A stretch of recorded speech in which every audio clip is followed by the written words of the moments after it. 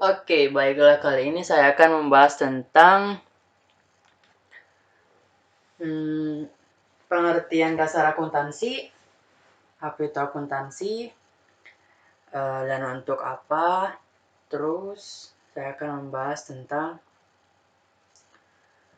persamaan dasar akuntansi, prinsip akuntansi, asumsi-asumsi yang digunakan dalam akuntansi, dan hal-hal yang mendasar lain yang merupakan inti dari akuntansi.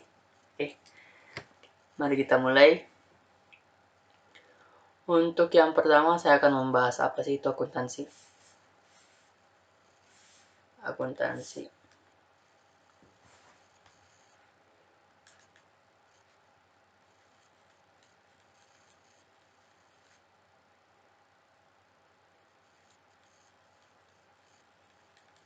Oke, apa sih itu akuntansi? Nah, jadi akuntansi adalah, sebenarnya akuntansi itu adalah ilmu sosial.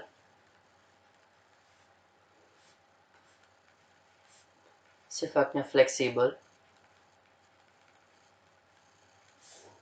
Dan harus sesuai dengan standar.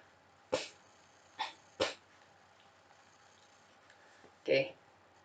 Nah, dalam pengertian umum, akuntansi itu ilmu yang mempelajari tentang bagaimana suatu akuntan melakukan identifikasi,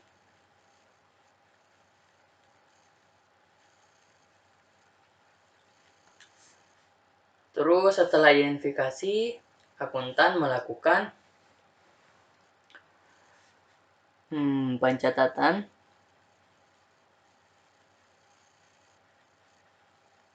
nah setelah pencatatan kan dilakukan komunikasi.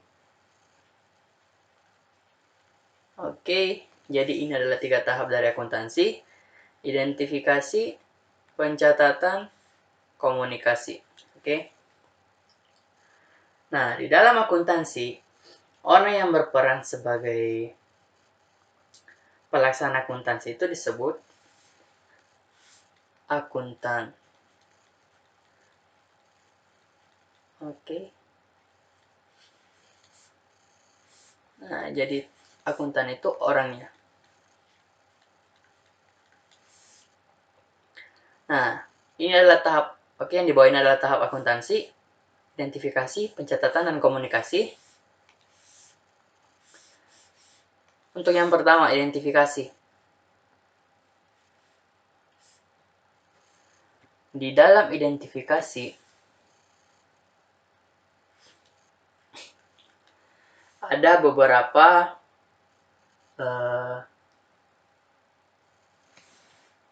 prinsip pengukuran dalam akuntansi. Untuk yang pertama ada historical principle. Oke. Historical principle.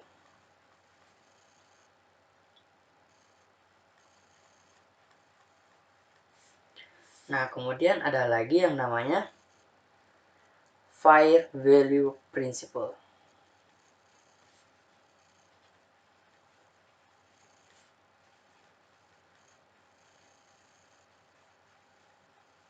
Oke. Nah, apa itu historical principle?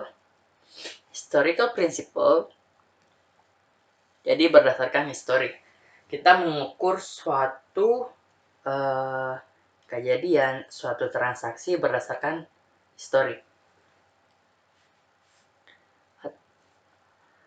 Kita mengukur nilai-nilai suatu transaksi, jadi nilai atau cost atau biaya itu berdasarkan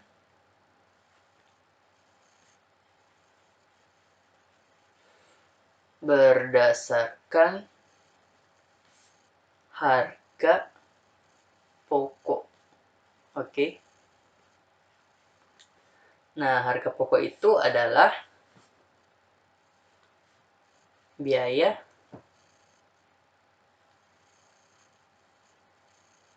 saat memperoleh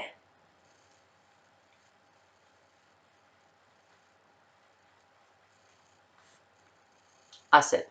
Oke. Biaya saat memperoleh aset. Nah, kemudian ada yang namanya fair value principle. Nah, fair value principle di sini nilai atau cost atau biaya. Jadi nilai atau cost-nya berdasarkan fair value. Nah, fair value itu nilai atau nilai barang tersebut, harga nilai barang tersebut pada saat ini. Jadi kadang kan biasa harga naik, harga tanah tahun lalu dengan tahun ini berbeda, bakalan naik. Atau harga properti atau harga saham, nah itu namanya fair value. Jadi pada saat pelaporan yang digunakan adalah fair value. Jadi di sini berdasarkan harga pasar. Oke.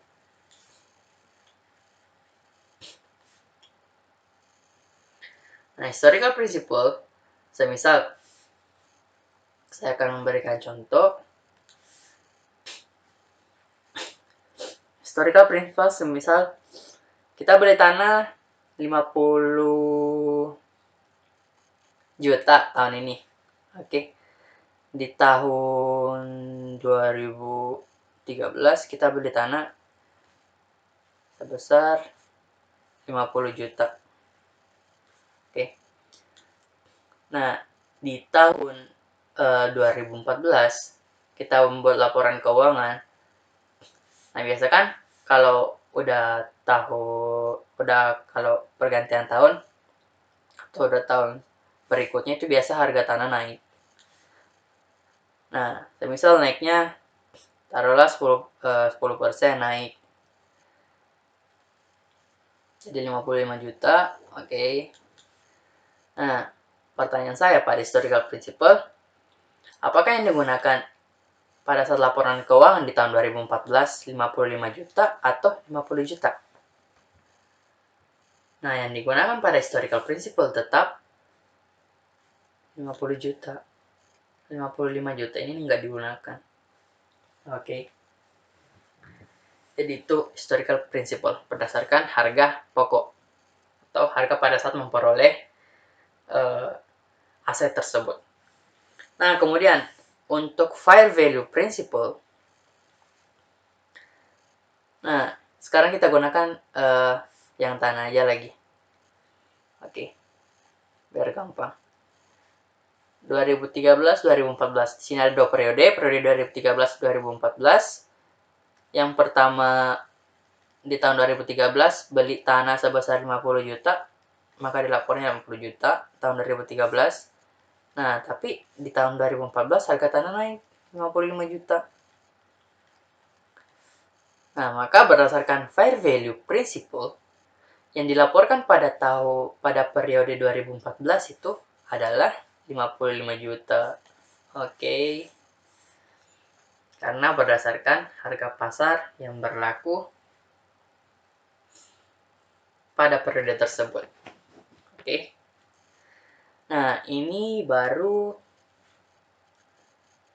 prinsip pengukuran nilai pada akuntansi.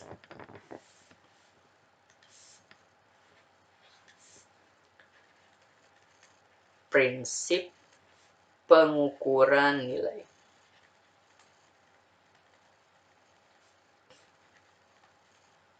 Oke. Nah, kemudian diidentifikasi. Pada tahap identifikasi ada juga yang namanya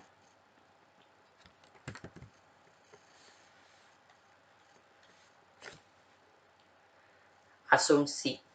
Oke. Jadi di dalam akuntansi ada asumsi. Yang pertama itu monetary assumption atau asumsi monetary. Kemudian ada yang namanya economic entity assumption. Jadi yang pertama itu adalah monetary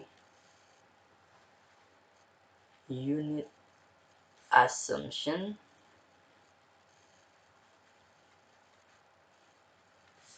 Kemudian ada economic entity assumption.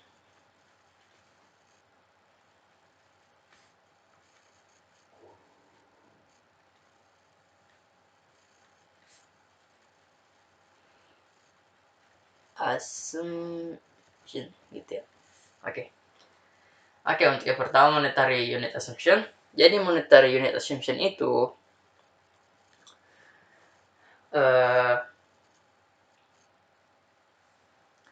perusahaan atau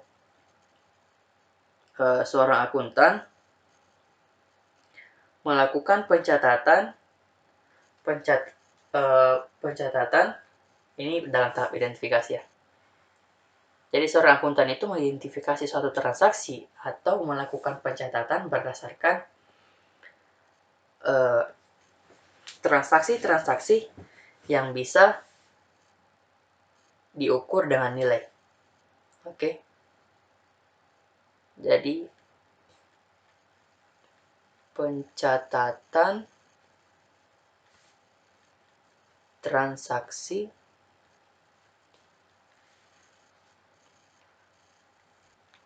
yang dapat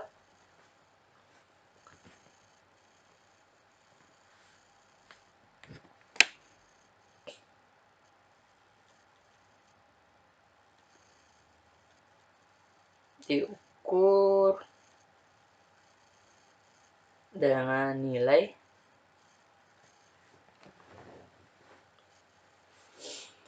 atau dinyatakan dalam bentuk uang.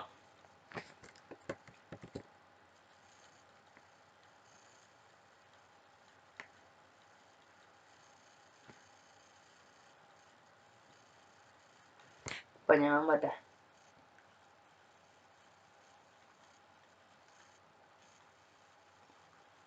Oke. Jadi itu monetary assumption.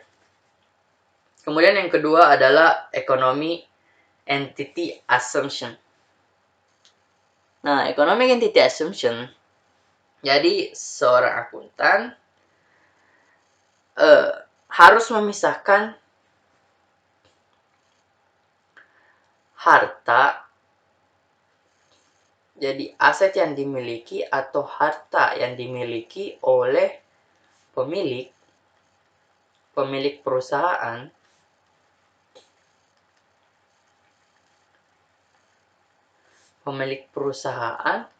harus terpisah.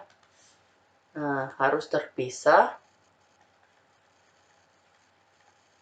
dengan aset atau harta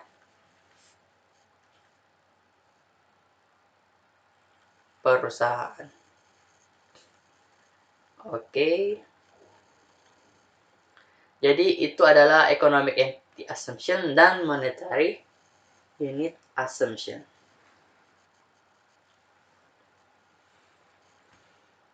Economic entity assumption, ini bukan cuma harta, di sini juga ada transaksi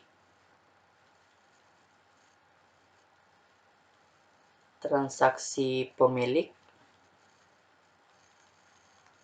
dan transaksi perusahaan. Jadi harus terpisah. Pencatatannya harus terpisah. Dan nggak boleh disamakan. Oke.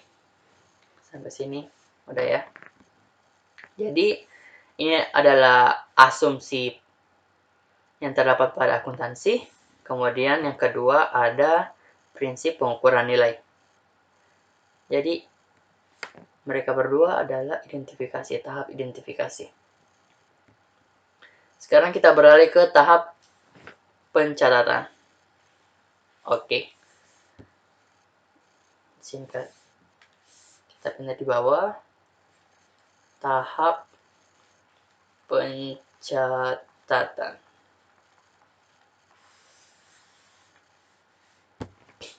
Nah, tahap pencatatan di akuntansi ada yang namanya siklus akuntansi. Siklus akuntansi. Nah, di dalam siklus akuntansi, pertama seorang akuntan harus mengidentifikasi transaksi. Jadi ada transaksi. Nah, setelah transaksi, ada yang namanya jurnal. Atau biasa dikatakan dengan jurnal umum. Oke. Setelah jurnal umum, ada yang namanya buku besar. Oke. Setelah buku besar, ada neraca saldo. Setelah neraca saldo, ada jurnal penyesuaian.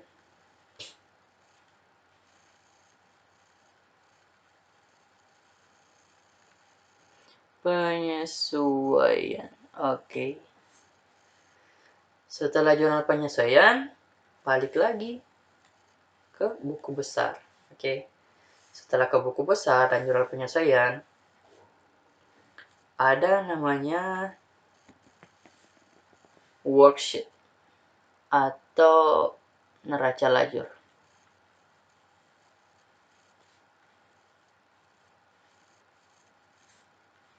Atau worksheet.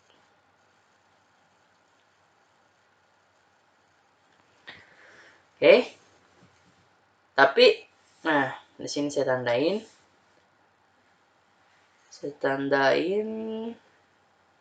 Nah, neraca lajur ini bersifat option atau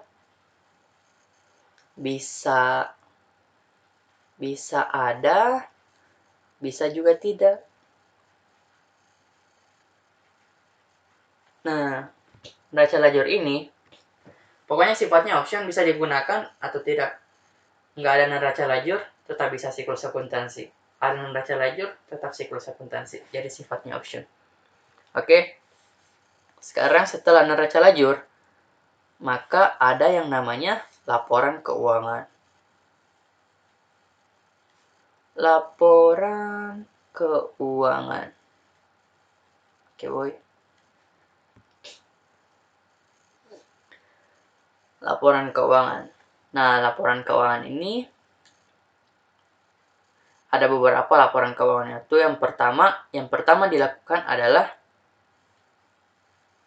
laporan laba rugi. Oke.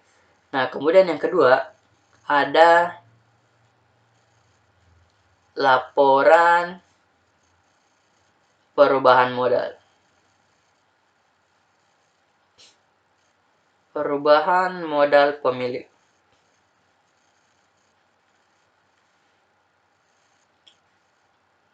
Atau ada juga yang pakai laporan perubahan laba ditahan.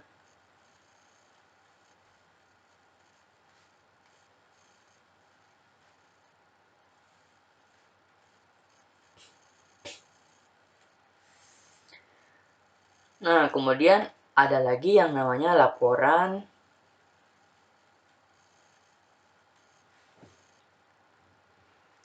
posisi keuangan.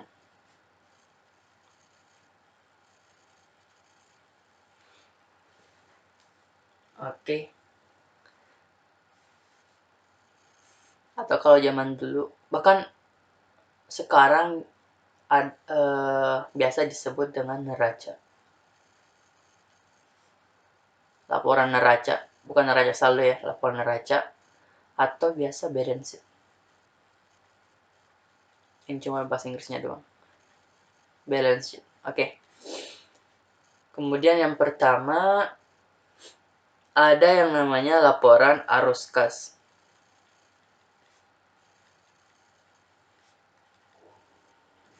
Kemudian ada yang namanya laporan komprehensif.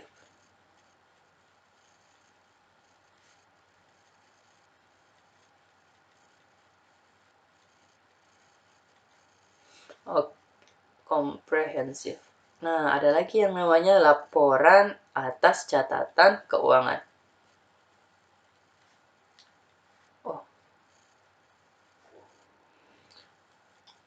Laporan atas catatan keuangan.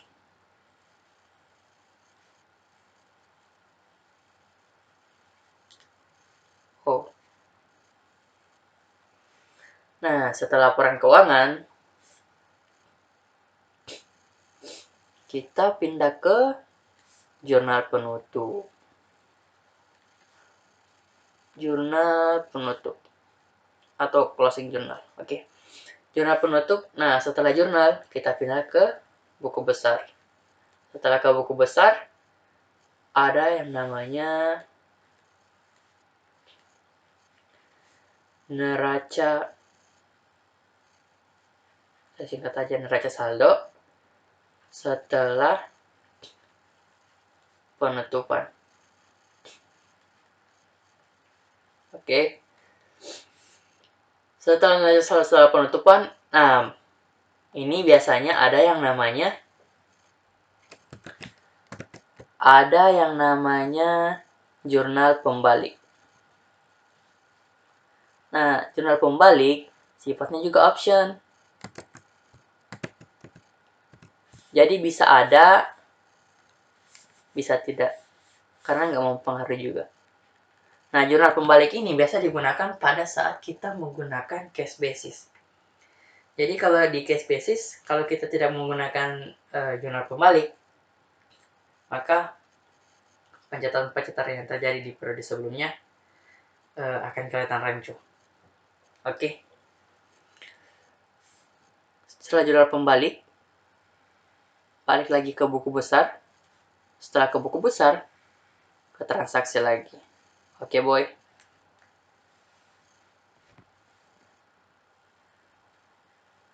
Nah, ini adalah siklus akuntansi. Nah, kenapa saya simpan buku besar di sini? Nah, jadi pada prinsipnya, pada teorinya, setelah kita melakukan jurnal umum, jurnal penyesuaian, jurnal penutup, jurnal pembalik, pokoknya segala macam jenis jurnal, pasti akan selalu balik lagi ke buku besar. Oke? Selalu begitu. Setelah jurnal, ada neraca, kemudian buku besar. Nah, coba kita perhatikan siklus di sini. Siklus di sini, pertama jurnal, neraca, buku besar. Jurnal, neraca, buku besar. Jurnal, neraca, buku besar. Kan? Jadi, sebenarnya di akuntansi itu, siklus yang paling penting adalah jurnal, kemudian neraca, jurnal, kemudian buku besar, kemudian neraca saldo. Oke.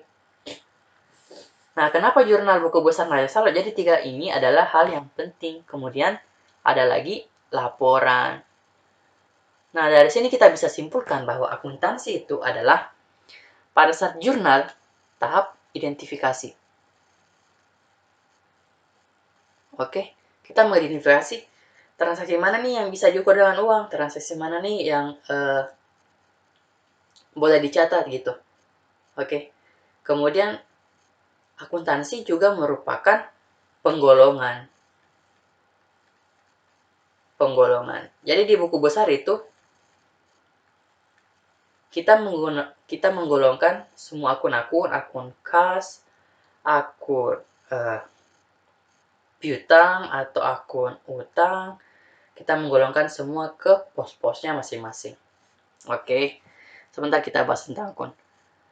Setelah penggolongan, maka akuntansi juga bisa disebut dengan pengklasifikasian. Pengklasifikasian. Oke. Nah, setelah pengklasifikasian, pada saat tahap laporan disebut pengkomunikasian. Komunikasian. Oke, kita aja. Identifikasi, jadi akuntansi bisa disebut itu proses identifikasi, proses penggolongan, proses pengklasifikasian, dan proses pengomunikasian. Oke, jadi kita dapat lagi satu pengertian tentang akuntansi. Oke, sampai sini ngerti ya. Nah, yang ini sudah saya bahas. Nah, sekarang saya akan membahas tentang laporan keuangan. Nah, di laporan keuangan, di sini saya mencatat ada 6. Oke, jadi yang pertama, laporan laba rugi. Nah, apa sih laporan laba rugi? Jadi, laporan laba rugi itu mencatat bagaimana operasional atau kinerja perusahaan dalam satu periode. Berapa sih labanya? Berapa sih beban perusahaan? Berapa sih kos perusahaan? Berapa sih pendapatan yang didapat oleh perusahaan? Nah, jadi kita mengukurnya dengan laporan laba rugi. Nah, biasa di PSAK nomor 1, laporan laba rugi itu terbagi 2. Ada laporan laba rugi yang terpisah dengan laporan komprehensif. Nah, jadi laporan komprehensif dengan laporan laba rugi ini saling berkaitan. Sebenarnya setelah laporan laba rugi, maka ada laporan komprehensif. Nah, pada PSAK nomor 1,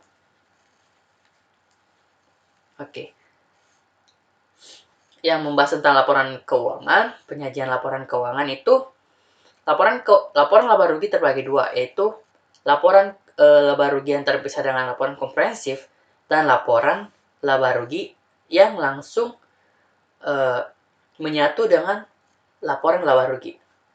Jadi begini, ini saya gambarin, anggaplah ini laporan ya. Laporan, oke.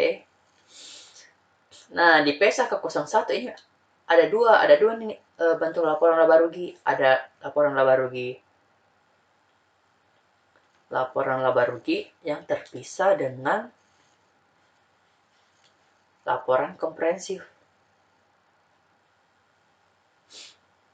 Atau kalau bahasa Inggrisnya comprehensive income ya, CI. Oke. Nah, ada juga yang langsung menyatu. Jadi judulnya laporan keuangan, laporan laba rugi komprehensif. Nah, jadi bebas aja sih kita mau pakai ini atau ini, sama aja, benar aja. Oke, sekarang kita pindah ke laporan perubahan modal pemilik, atau biasa kalau di IFRS biasa menekankan tentang laporan laba ditahan. Jadi laporan perubahan modal pemilik atau laporan perubahan laba ditahan itu menyajikan tentang bagaimana kondisi equity perusahaan atau kondisi modal-modal yang dimiliki oleh para pemegang saham, bagaimana perubahan dividen, perubahan laba atau bagian yang akan diterima oleh pemilik saham. Jadi semua dilaporkan pada laporan perubahan modal pemilik. Oke, setelah itu laporan posisi keuangan, neraca, dan balance sheet. Nah, laporan posisi keuangan, neraca, dan balance sheet itu melaporkan tentang kondisi aset perusahaan, kondisi harta perusahaan, kondisi berapa kewajiban perusahaan kepada perusahaan lain, berapa equity perusahaan, berapa equity pemegang saham. Nah, semua dilaporkan pada laporan posisi keuangan atau balance sheet. Nah, laporan arus kas. Laporan arus kas ini adalah laporan yang pada saat laporan yang berisi tentang bagaimana kondisi kas perusahaan. Jadi bakalan dilihat arus masuk dengan arus keluar kas. Arus keluar dan arus masuk. Nah, dalam laporan arus kas itu terbagi menjadi ada namanya aktivitas operasional,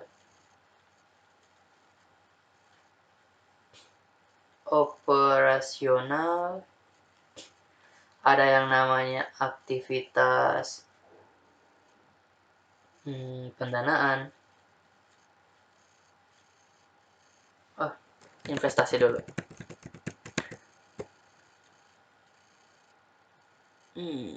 Ya. Ada yang namanya aktivitas pendanaan. Oke, boy. Nah, setelah itu di laporan komprehensif. Jadi laporan komprehensif itu sebenarnya laporan yang tidak harus dilaporkan di laba rugi. Seperti apa? Seperti pada saat keuntungan revaluasi aset. Nah, keuntungan revaluasi aset itu masuknya di laporan komprehensif, atau semisal pada saat keuntungan kurs perusahaan pada saat pertukaran nilai atau nilai mata uang pada saat itu, terus memperlihatkan bahwa perusahaan mengalami keuntungan atau selisihnya mengalami keuntungan perusahaan, itu masuknya ke laporan komprehensif. Nah, setelah itu laporan catatan atas keuangan. Laporan atas catatan keuangan itu sebenarnya membahas tentang prinsip-prinsip yang digunakan oleh perusahaan, metode-metode yang digunakan oleh perusahaan, dan laporan tentang kepemilikan saham, laporan perubahan metode yang digunakan oleh perusahaan. Jadi semuanya ada di laporan atas catatan keuangan. Oke. Nah, sampai sini kita akan membahas lagi tentang metode. Oke. Tadi kita bahas tentang pencatatan. Oke, pencatatan sudah. Identifikasi, pencatatan. Nah, komunikasi. Oke. Belum. Kita masih bahas pencatatan. Ini pencatatan part 1. Oke. Sekarang pencatatan part 2. Pencatatan part 2. Oke, boy. Nah, di sini pada saat pencatatan part 2 saya akan membahas tentang bagaimana metode perusahaan. Metode pencatatan. Oke. Nah, dalam akuntansi ada yang namanya metode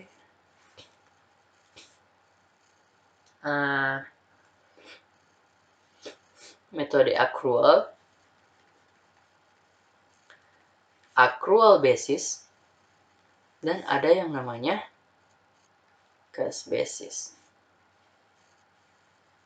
Oke. Nah, apa sih itu accrual? Oke, accrual itu jadi seorang akuntan mencatat sebuah transaksi berdasarkan kejadian. Oke.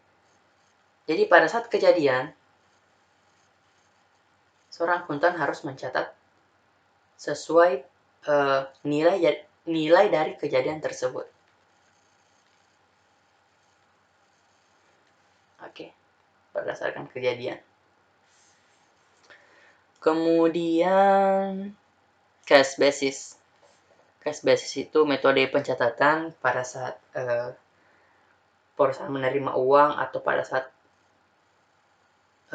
saat perusahaan membayar uang, itu namanya cash basis.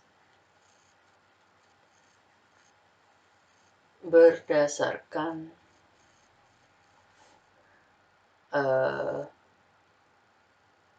penerimaan atau pengeluaran uang.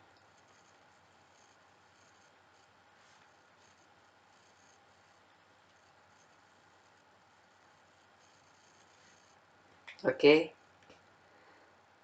Nah, yang di dalam IFRS, oke. Dalam IFRS, jadi dalam IFRS itu menekankan bahwa kita seharusnya memakai accrual basis dan tidak diperbolehkan untuk cash basis. Tapi cash basis ini diperbolehkan di GAAP. Nah, GAAP ini adalah prinsip standar keuangan yang dimiliki oleh US. Nah, IFRS ini untuk internasional. Nah, jadi PSAK itu mengkonvergensi IFRS. Tapi PSAK mengkonvergensi IFRS itu nggak keseluruhan. Ada beberapa poin-poin yang harus tidak boleh dikonvergensi atau tidak sesuai dengan kaidah-kaidah yang berlaku di Indonesia atau tidak sesuai dengan norma-norma yang berlaku di Indonesia, maka itu nggak dikonvergensi dari IFRS. Oke. Accrual basis, cash basis. Nah, untuk metode pencatatan kita bahas nanti. Setelah itu, kita masuk ke komunikasi, oke? Nah, pada tahap komunikasi,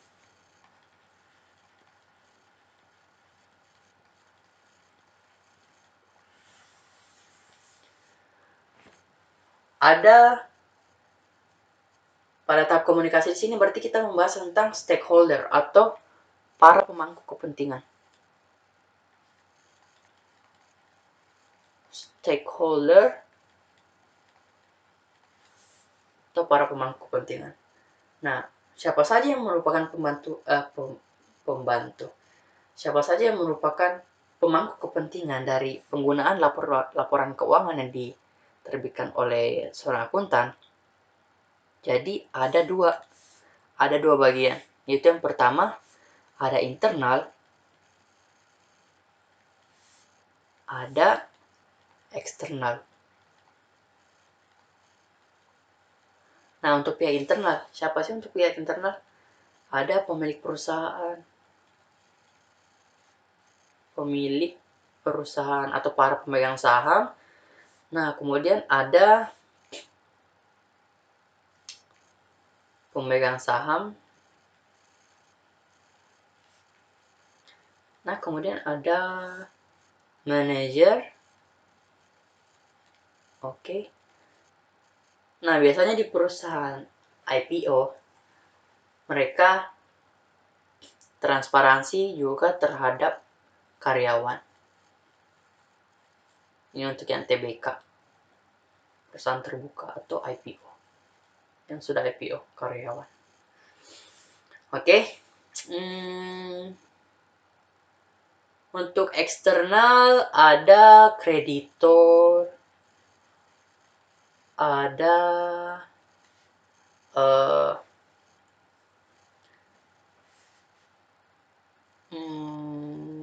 pemerintah, kemudian ada investor.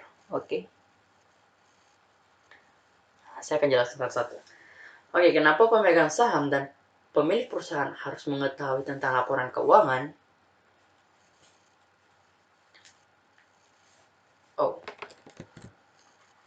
Laporan keuangan. Oke.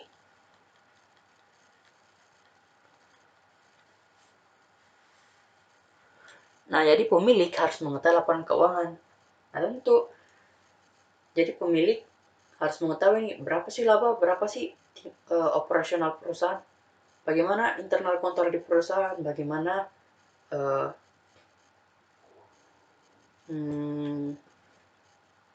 kegiatan-kegiatan apa saja yang telah dilakukan oleh perusahaan, atau kegiatan apa saja dilakukan oleh perusahaan untuk memperoleh laba atau apa saja pengeluaran perusahaan, maka itu harus dikuasai oleh pemegang saham.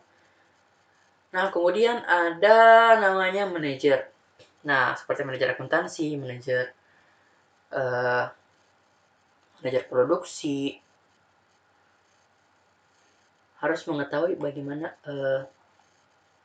hal-hal apa yang harus dilakukan untuk kedepannya. Itu untuk manajer. Untuk melakukan pertimbangan tentang bagaimana perusahaan harus meningkatkan kinerja sesuai dengan laporan keuangan. Oke, kemudian ada karyawan. Nah, karyawan harus tahu apakah perusahaan dapat memberikan benefit atau keuntungan juga bagi para karyawan. Oh ya, di eksternal ada juga masyarakat. Nah, kemudian untuk yang pertama saya akan membahas tentang eksternal, kreditor. Nah, biasanya perusahaan jika ingin atau mau pinjam duit ke bank atau kreditor lain yang lembaga-lembaga keuangan lain, itu biasanya harus memperlihatkan laporan keuangan untuk agar kreditor bisa memastikan apakah perusahaan ini bisa memberikan jaminan atau dapat membayar kepada kreditor, dapat mengembalikan uang tersebut dengan bunga-bunganya. Oke. Kemudian kedua, pemerintah. Nah, pemerintah udah jelas berhubungan dengan pajak. Jadi pemerintah harus mengetahui berapa sih laba perusahaan. Nah, maka sesuai laba perusahaan akan dikenai pajak atau sesuai dengan pendapatan bruto. Oke. Sekarang ada investor. Nah, investor harus tahu apakah perusahaan ini kinerjanya bagus atau dapat memberikan keuntungan jangka panjang kepada investor. Kemudian ada masyarakat. Nah, biasa di perusahaan IPO, ini juga IPO ya. IPO, masyarakat harus mengetahui kinerja atau laporan keuangan yang dimiliki oleh suatu perusahaan. Nah, masyarakat ini juga dapat berupa investor. Oke, boy. Jadi kita sudah masuk di tahap terakhir, identifikasi pencatatan komunikasi. Oke.